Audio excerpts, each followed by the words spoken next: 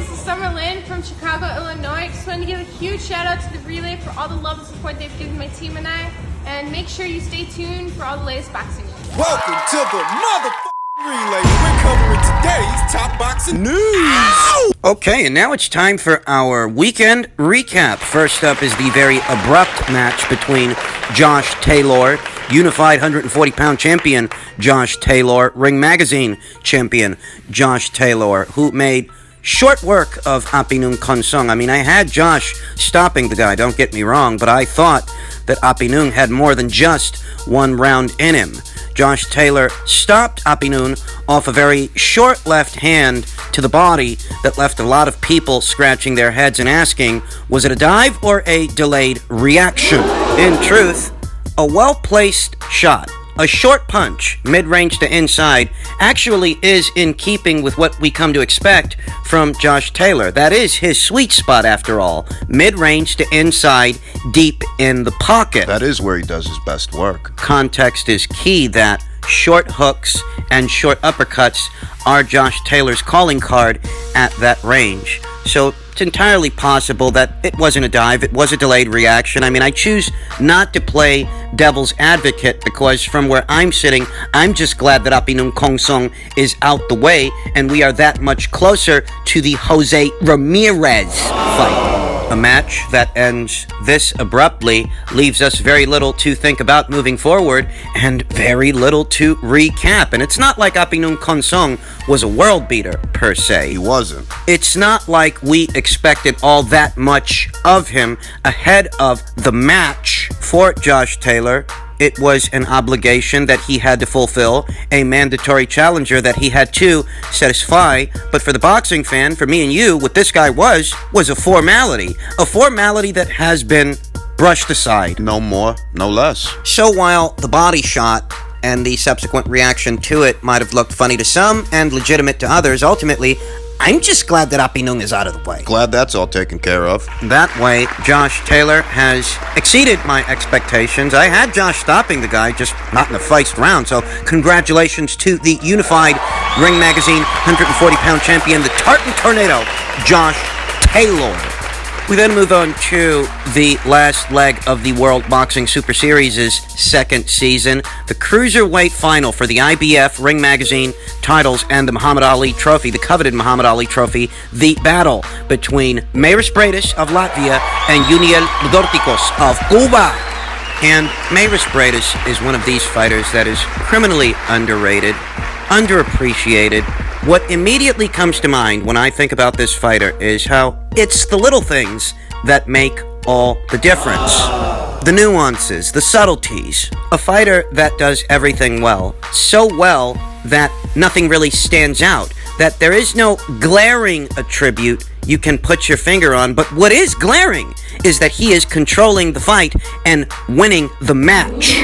That much, I'd say, was obvious. And I reiterate, it's the little things, the different variations with his lead hand, how he throws the jab, sometimes a bit conventional, sometimes a bit nuanced, tilting off to the side and firing an up jab, splitting the guard of Charlo-Derevyanchenko, penetrating it, getting through. The lead hooks of Breidis are also quite noteworthy, getting around the guard of Charlo-Derevyanchenko and doing some damage, some eye-catching shots throughout the course of the match, and you can chalk that up to good timing, because that's what it is. That's what it takes to land those kinds of lead hooks. Those shots. Put simply, it's knowing what to throw and when to throw it. Ring savvy is what that is. Ring IQ, as Breidis has proven to be time and time again, a very astute fighter, a very balanced fighter, balanced offensively and defensively. He brings a lot to the table.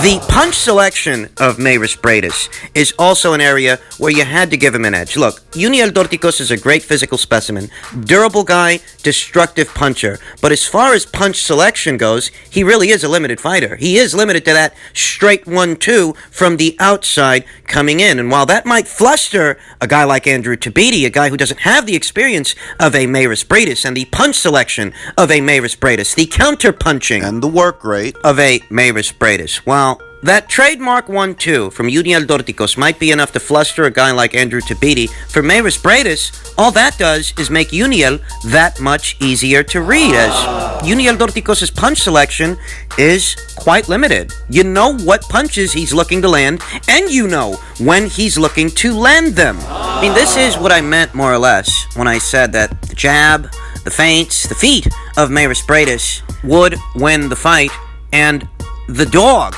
that Breidis has in him, that this is a fighter who knows how to respond in kind. Distance and judging it is one of those things that might go unnoticed to the casual observer. It does. Breidis' position in the ring, where he was relative to Breidis-Dorticos, and more importantly, what he's doing. He wasn't asleep at the wheel like Andrew Tabiti, just letting himself get pushed around. There was enough activity there to break the stride of Breidis-Dorticos, who was doing his best to try and pressure Breidis, pin him down, and Breidis would break his momentum, break his stride. He wouldn't let him get that much going, whether it was by way of his counter shots or his footwork. Breidis' position relative to that of Breidis-Dorticos' position in the ring has everything to do with this, because he's not so far on the outside of Breidis-Dorticos that Uniel can line him up for a straight right hand, but he's not so far on the inside that he's smothering his own work. Still landing very clean. Think about it this way. You don't want to stay on the outside of a Breidis-Dorticos the way that an Andrew Tabiti did, who spent a good chunk of that fight just trying to stay away from that guy or diving into a clinch. You don't want to stay on the outside of a Breidis-Dorticos, because this is a fighter who needs to get full extension on the punch to generate power. If you're staying on the outside, you're helping him do that. You've got to be busy enough and close enough to him that you can break that stride, break that rhythm, and get that guy to stop pressuring you, or at minimum, battle him back. That has everything to do with a fighter's judgment of distance and spacing. You're not so far on the outside that you're entering Uniel's sweet spot, but you're not so far on the inside that you're smothering your own work and making it a bit too scrappy, a bit too unclear what punches are landing and what punches aren't landing. In the case of Breidis, the work was clean, the work was efficient and effective. That's what I expected. And that's what won Breidis this fight. Put simply, it's not just one thing, one glaring attribute, example, one glaring punch, or one area where he's very good at. Rather, several areas, several things, small things, nuances that might go unnoticed to the casual observer, but all come together in Breidis to round him out as a fighter. He is very balanced. Balanced offensively, balanced defensively, with great punch selection and ring savvy. And because Breidis is the kind of fighter that has a dog in him, that he is known for responding in kind, in one form or fashion, he's the kind of guy that won't just let you take the lead. He won't just let you control the match. He will not simply concede or acquiesce to any fighter's aggression. He's got aggression of his own. He's got punching power of his own. Congratulations to Breidis for unseating the IBF Cruiserweight champion, Breidis-Dorticos, winning the Muhammad Ali Trophy and the Ring Magazine title, and put simply, as far as I'm concerned, putting on a masterful performance, because that's how you deal with that kind of power. That's how you deal with that kind of pressure. I think very few fighters can keep their composure the way Breidis did against a monster puncher like Breidis-Dorticos. Breidis is a criminally underrated fighter. We then come to the middleweight title fight between the reigning champion Jermall Charlo and Charlo-Derevyanchenko, and this is a fight that more or less worked out as I expected. Let's get right down to the meat and potatoes of it. Do I think that Jermall Charlo had a better outing against Sergey than either Gennady Golovkin or Daniel Jacobs? To that question, I would say yes, but it's because that's what Sergey is coming from, you understand. It's because of the previous wars that Charlo-Derevyanchenko has had. A war with Daniel Jacobs, a very hard fight with Jack Culcay that flew under the radar, and yet another war with Gennady Golovkin, subsequent 12 months of inactivity ahead of this fight. All of those aforementioned factors had their role to play in this match. And how he looked. I want to say that I had it wide in favor of Jermall Charlo. I want to say that whenever Jermall got on his jab and stayed behind it, he assumed control of this fight. He very much was the ring general. And even in Sergey's sweet spot, deep in the pocket, mid-range to inside, Jermall got the better of some of those exchanges. You looked good out there.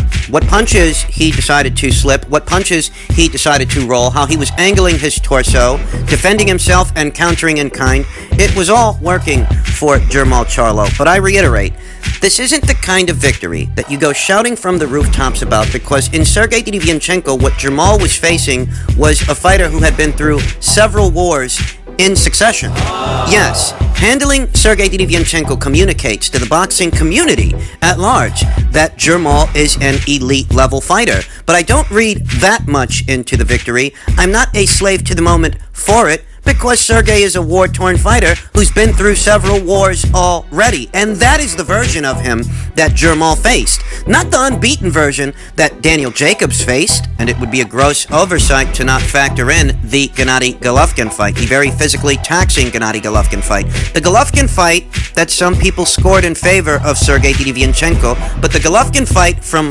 12 months ago, that whether you think Sergey won or lost, was a physically taxing fight. He got hit a lot in that fight, and that's what he was coming from. He got dropped in that fight. I went with Jermall Charlo to win a decision because, one, I wasn't sure that Sergey Derevyanchenko packed enough of a punch under these circumstances to get a stoppage, to knock Jermall out. That's one. And two, 12 months of inactivity, coming off an arguable loss, but definitely a physically taxing fight, those don't necessarily make up the ingredients for the big upset. That I'm not sure that Sergey can get a fair shake on the cards. Some people would say Matvey Korobov didn't. But even if Sergey could, look at what he's coming off of. Look at what he's coming from.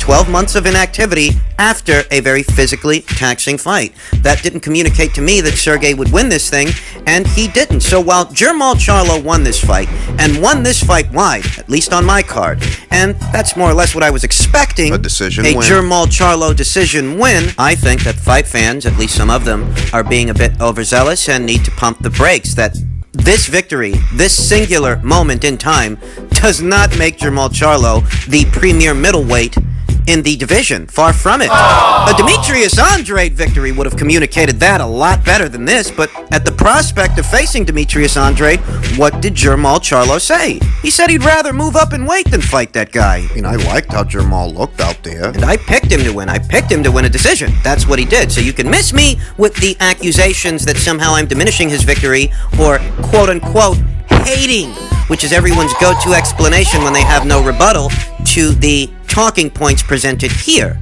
Jermall Charlo did good, and he handled Sergey in more dominant fashion than either Daniel Jacobs or Gennady Golovkin, but perhaps it's because of what effect those fights had on Sergey. Are you going to dismiss that Daniel Jacobs dropped this guy, that Gennady Golovkin dropped this guy, that this guy struggled with Jack Colquet? Are you going to mull over, gloss over all of that?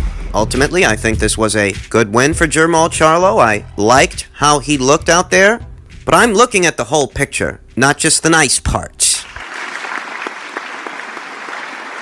And finally, we come to the junior middleweight unification match between the two world champions, now former champion Jason Rosario and reigning unified champion Jermall Charlo. And this fight's aesthetic and how it ended is more or less everything I expected. I didn't expect it would be a body shot that puts Jason Rosario away, but I did have Jermall stopping him. And let's be honest, for a good portion of this fight, Jason Rosario was in keeping, was in character with the kind of fighter that everyone thought he was. He put a lot of pressure on Jermall, but for what it's worth, the better boxing and the cleaner shots, the cleaner punches really were coming from Jermall. There were some arched eyebrows over the stoppage, the body shot that sealed the deal. And I have to say, I've seen the knockout a few times since then from different angles.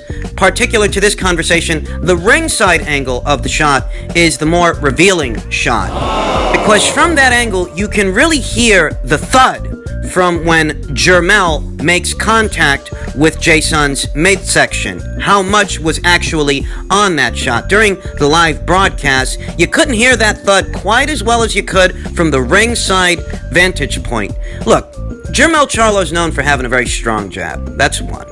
Two, he set the punch up beautifully. He threw a jab up top. Got Jason to cover up. And planted a hard left hand downstairs. A hard left hand, a hard jab that Jason didn't see coming. And what did I tell you guys ahead of the fight? I felt that Jermel Charlo is more capable of hitting Jason with a punch that he doesn't see than the other way around. That Jason's a big, strong kid, but there's not much subtlety to his approach. It's those punches that you don't see that hurt the most. And that's what he hit Jason with. You know, Jason did get hurt en route to that knockdown, to that knockout. You know, that first knockdown, that was a slip. That had more to do with Jason's footing. But the second knockdown was off a punch, and Jason was visibly hurt. It looked like he recovered, but in hindsight, perhaps he didn't. Perhaps that second knockdown took more out of him than we realized in real time. And I think that if there is some bluster, some discrepancy amongst the fight fans over how legitimate this knockout was, perhaps it's because the punch, at least in real time from that vantage point, appeared to have landed partially on Jason's elbows en route to his midsection. And the hierarchy of thought is, surely that must have taken something off the punch. But you know what? I'm not Jason Rosario. I'm not the guy in the ring. I'm not the guy getting hit in my breadbasket. And I'm not one to give into convenient conspiracy theories. I saw Jason get hurt at least 2 times en route to that subsequent knockout. So I'll take it for what it is. I'll take it at face value that Jermel took him out, because that's what I was expecting him to do anyway. I feel that with that, Jermel Charlo effectively establishes himself as the #1 guy in the junior middleweight division. That if you didn't already think of him as #1, surely this strengthens his argument. There is but one world title left to collect for Jermel Charlo to possibly become the next undisputed champion. And depending on how the cookie crumbles with that mandated Teixeira versus Castaño fight, the WBO title could very well end up on the PBC side of the street, making it accessible to Jermel Charlo. Congratulations to the unified junior middleweight champion, Jermel Charlo, who lived up to my expectations and ended this fight more or less the fashion that I expected him to. I thought he had everything it took to take out Jason. That Jason's a little bit too overzealous, a little bit too aggressive, and a little bit too come forward. And at some point, he's going to get hit with something that he doesn't see. That's what happened.